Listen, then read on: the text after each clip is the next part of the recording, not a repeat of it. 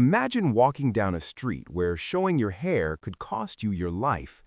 Now imagine that despite seeing your friends fall, despite the black vans on every corner, you go back out the next day, and the day after that.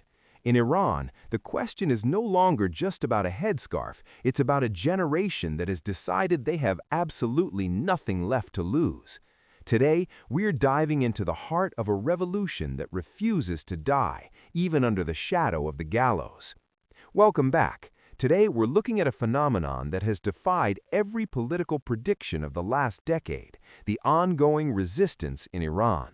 Despite a level of state violence that would crush most movements, the Iranian people are still standing.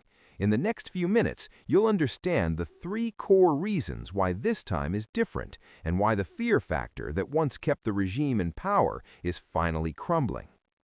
To understand why people are still out there, we have to look at the wall of fear. For decades, the Iranian government maintained control through public spectacles of punishment, but something shifted after the death of Mahsa Amini.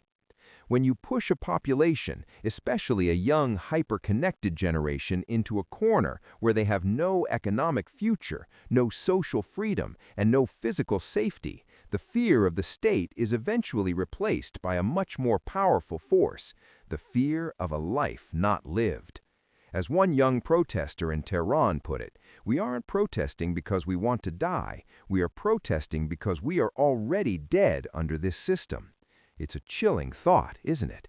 It suggests that the regime's greatest weapon, violence, is losing its edge because the alternative is perceived as worse than death. Why do they keep going? It's a question that haunts every headline coming out of Iran.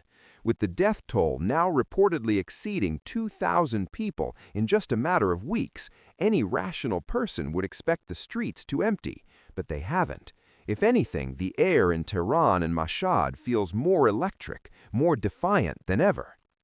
To understand this, we have to talk about the psychology of the point of no return. When a government uses this level of violence, shooting into crowds, using metal pellets against students, and conducting secret burials, it is trying to reset the fear barrier.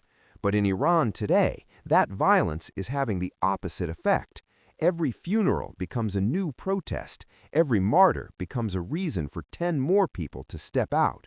The state's brutality has stopped being a deterrent and has become a fuel. There's a concept in sociology called moral shock. When the state's violence reaches a certain level of cruelty, it stops being scary and starts being intolerable. For many Iranians, especially the youth, the calculation has changed. They look at the economic collapse where the currency has essentially vanished, and they look at the social repression, and they realize that staying home doesn't guarantee safety anymore.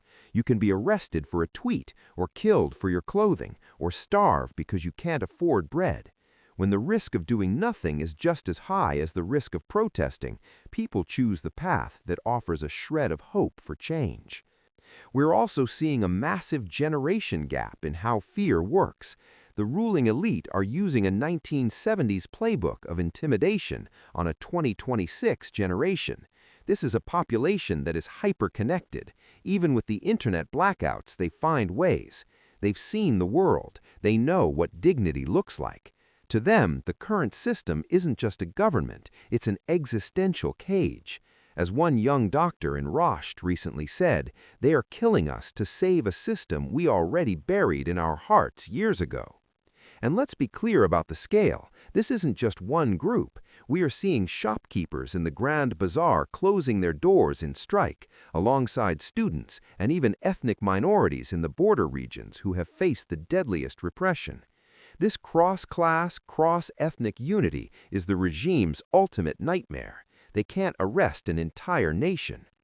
So, when we see those 2,000 lives lost, we aren't just seeing a statistic. We are seeing the high cost of a collective realization that the Iranian people have decided they would rather face the bullets of the present than the hopelessness of the future.